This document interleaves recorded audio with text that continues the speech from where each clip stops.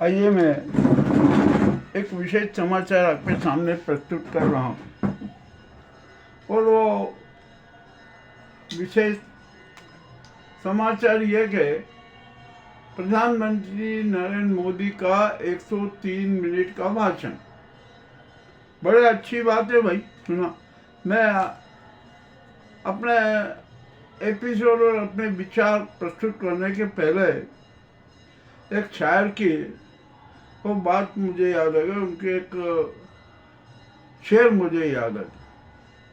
जब धुआं उठता है, जब धुआं उठता है तो आसमान भी जलता है। ये बात याद रखे भाई। जब धुआं उठता है तो आसमान भी जलता है। वही धुआं आज मैंने संसद में उठते देखा है। ये इसी के साथ साथ आज जब मैंने संसदीय कार्रवाई देखी,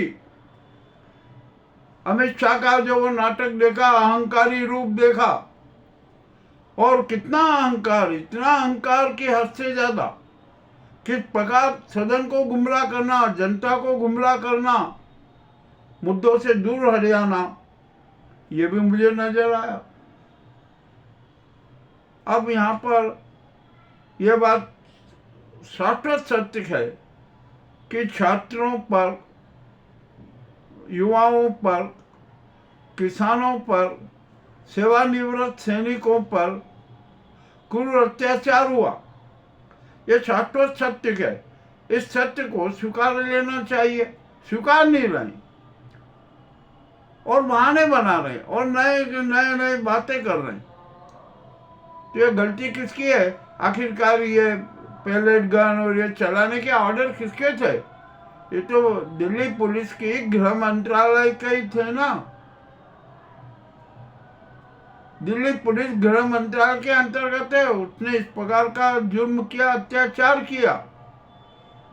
स्वीकार लो ना, स्वीकार देना चाहिए कि भैया ये आदेश मैंने दिया था सुरक्षा के लिए, उसका दुरुपयोग हुआ। ये कह देते कि जो पुलिस ने बहुत गलत ढंग से उसका उपयोग किया, ये कह देते तो बच जाते, परंतु बचने का नहीं। वो तो मान ही नहीं रहे। वो कह रहे हैं कि मैंने कुछ किया ही नहीं। अरे भैया, ऐसा कैसे हो सकता है? सुप्रीम कोर्ट में सब मामला उजागर हो गया, हर जगह उजागर हो गया, फिर भी आप कह रहे के कुछ भी नहीं।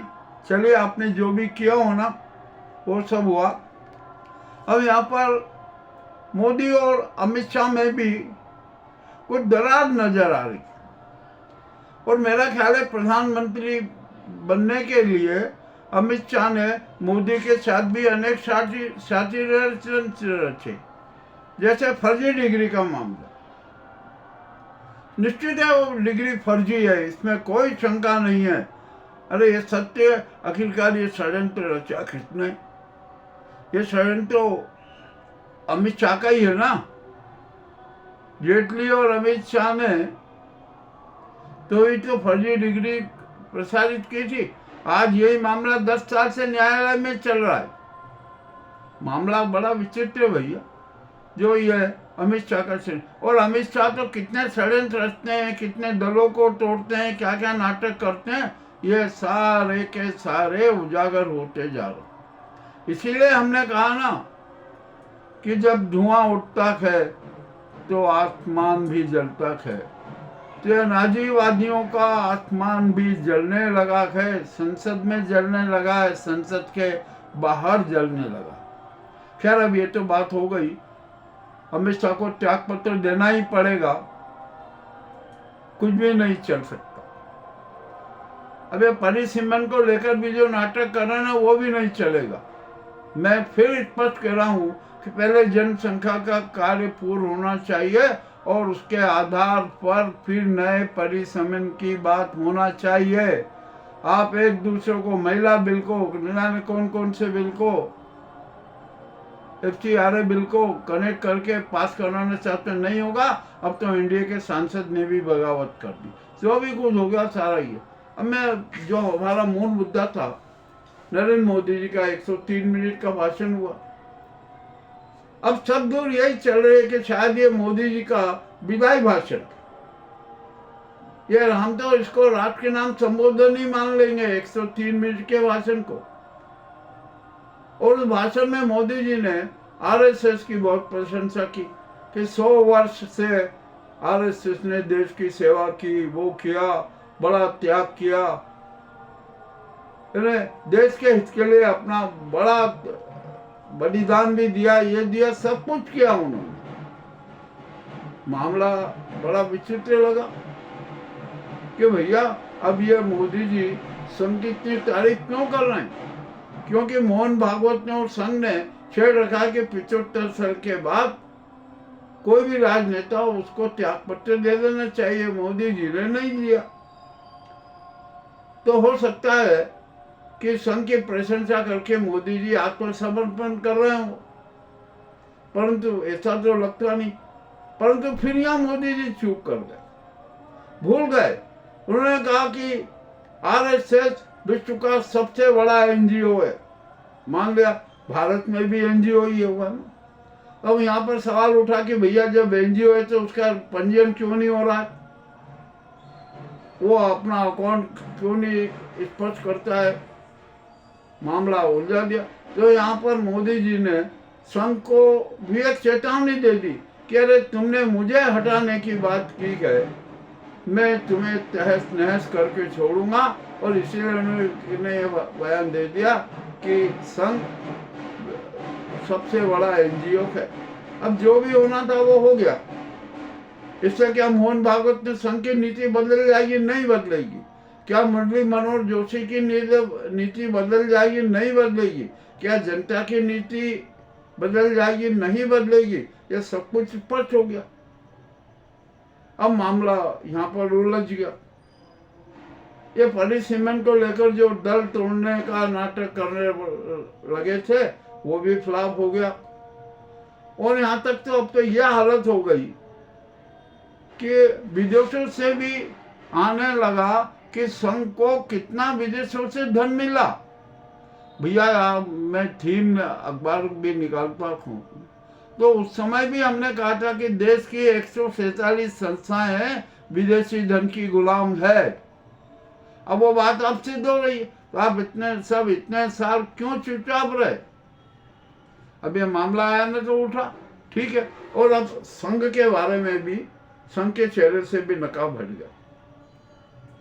संघ का लक्ष्य मात्र एक ही रहा कि धन और धरती पर अधिकार करो, सत्ता पर किसी भी तरीके से अपना अधिकार करो। अब ठीक है, यह सारा सब कुछ उजागर हो गया। तो मोदी जी ने संघ को भी और फंसा दिया। उन्होंने कहा कि मैं चला जाऊंगा, कोई बात नहीं, मेरा त्याग पत्र भी हो जाएगा, मैं त्याग पत्र भी दे दूंगा, किंतु मैं संघ की भी इज्जत खत्म कर दूंगा। यह भाषण का सार मुझे आशय लग रहा है। अब आप जनता को भी सोचना है कि ये मोदी जी का जो भाषण है वो किस प्रकार का है। अब मीडिया में भी अभी समीक्षा हो रही है भाषणों की, उनके भाषण की। मैंने भी कहा कि मैं भी एक समीक्षा डाल दूं, कोई दिक्कत नहीं है। अभी मैंने अत्रे जी का भी सुना, बहुत अच्छा लगा। तो ये अब यानी मोदी जी का भी आकाश, इस नाजी गैंग का आकाश, नाजीवाद का आकाश जलने लगा। धरती पर से धुआं उठा है, संसद में भी धुआं उठ रहा है,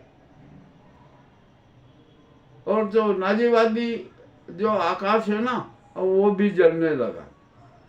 अब ठीक है भैया, अब क्या किया जाए? आप ही बोल रहे हो, आप ही भाषण दे रहे हो, आप ही सब कर रहे हो, आपके भाषणों से ही तो सार निकल रहा है, कोई अपनी मर्जी से नहीं कह रहा है।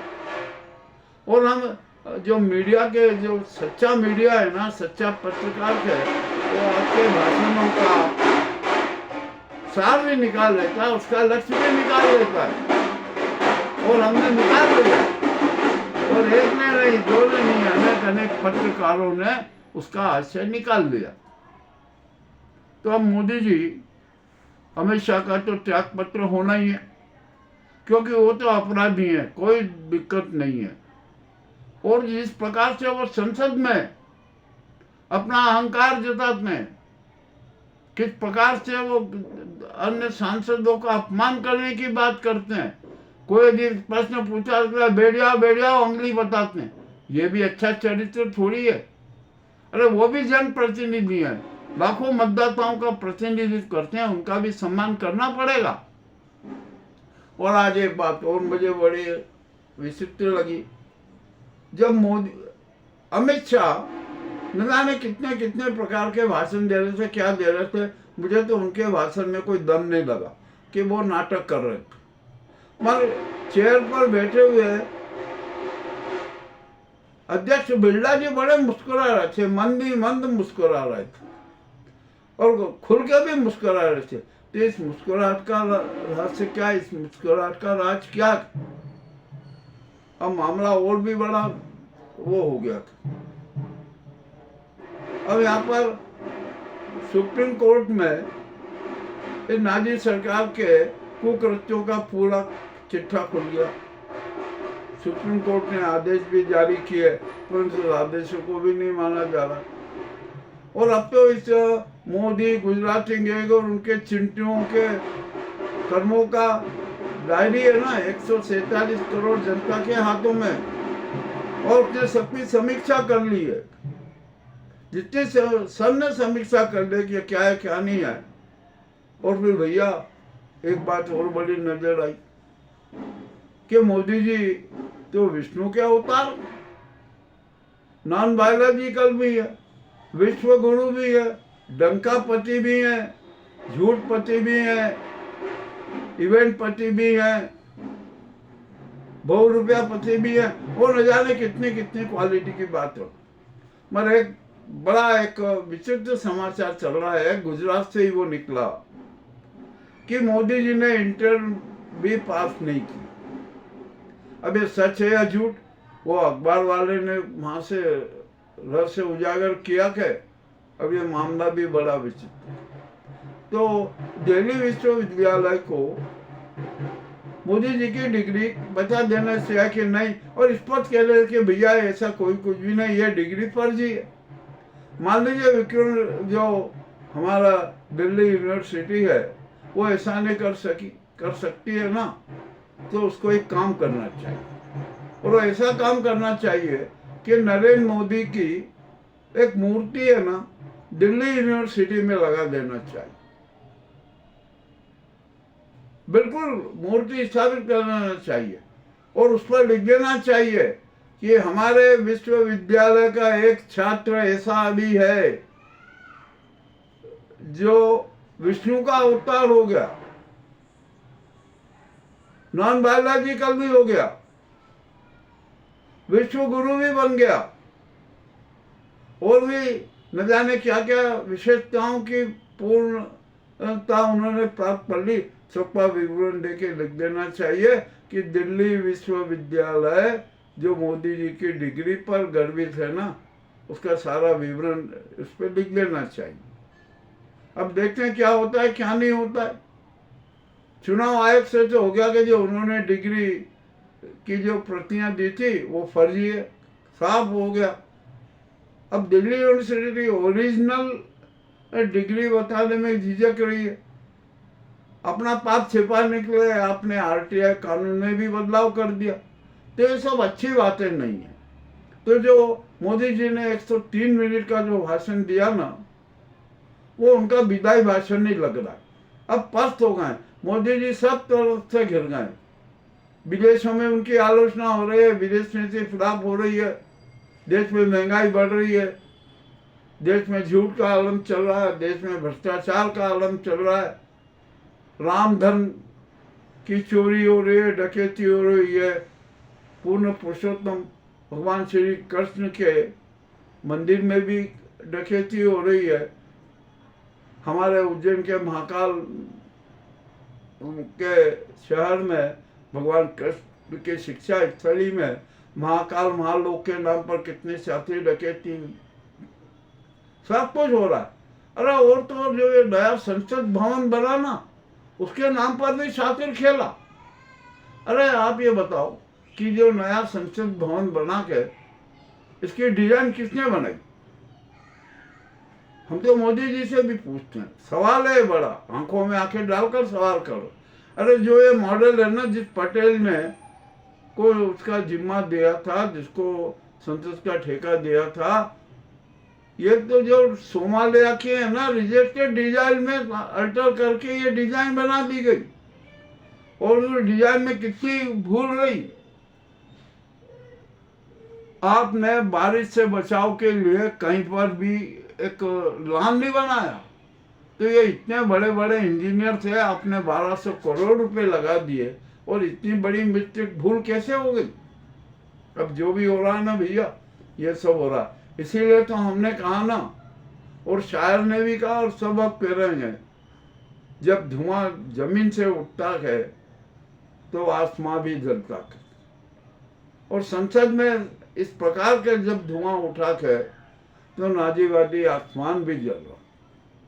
अब देश में जन क्रांति की मशाल 147 करोड़ जनता के हाथों में है, और इस नाजी गैंग का, इस तानाशाही गैंग का अंतिम संस्कार उन्हीं मशालों से करेगी, ये भी तय है, इसमें कोई शंका नहीं। अब यहाँ पर और अब क्या बात की जाए, यहाँ पर तो कुछ कहने का ही नहीं है। एफटीन फाइल जो कह रही है, हमें कुछ कहने की जरूरत नहीं है। और राष्ट्रपति महोदया से भी हम ये जनता अनुरोध कर रही है कि वो मोदी जी के विदाई भाषण का भी जरा आंख से देख ले, आज पूरी तरीके से देख ले, और जो उन्होंने जो भाषण दिया था उसके आधार पर समीक्षा भी कर ले, और जो अमित शाह ने आज संसद में किस प्रकार का अहंकारी स्वरूप का प्रदर्शन किया वो भी देख लें, सब कुछ हो जाए।